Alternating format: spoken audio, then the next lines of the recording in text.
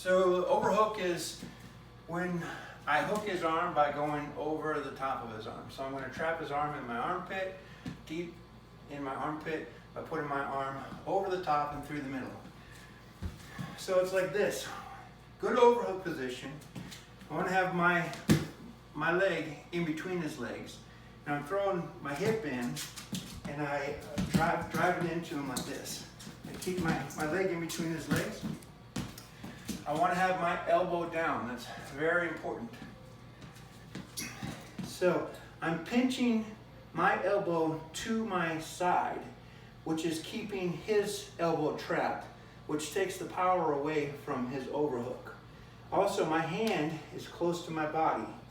So I'm using my hip, throwing my hip in, and that's going to push him forward. So if I don't throw my hip in, you know, he can drive into me. As soon as I throw my hip in, I'm going to extend him, so his shoulders are going to move in front of his knees. All right, so now I'm in much better position. So I want to keep my hand in really close to my body so that my elbow is in close to my body.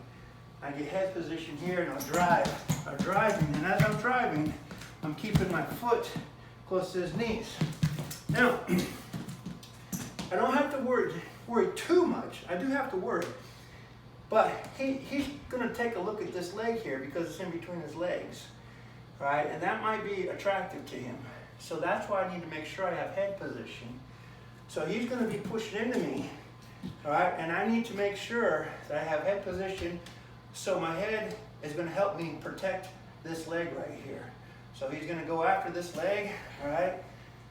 Yeah, I'm still pretty strong because he's extended. I can grab him pretty good here. You know, can head lock him like this. But basically, as long as you have good overhook position, there's your elbow in tight, your hand in close, you got head position, your leg in, you're throwing your hip into him. It's going to be hard for him to grab that leg. Now, something to note. A lot of times you see kids, they push away like this. So they think they've got an overhook.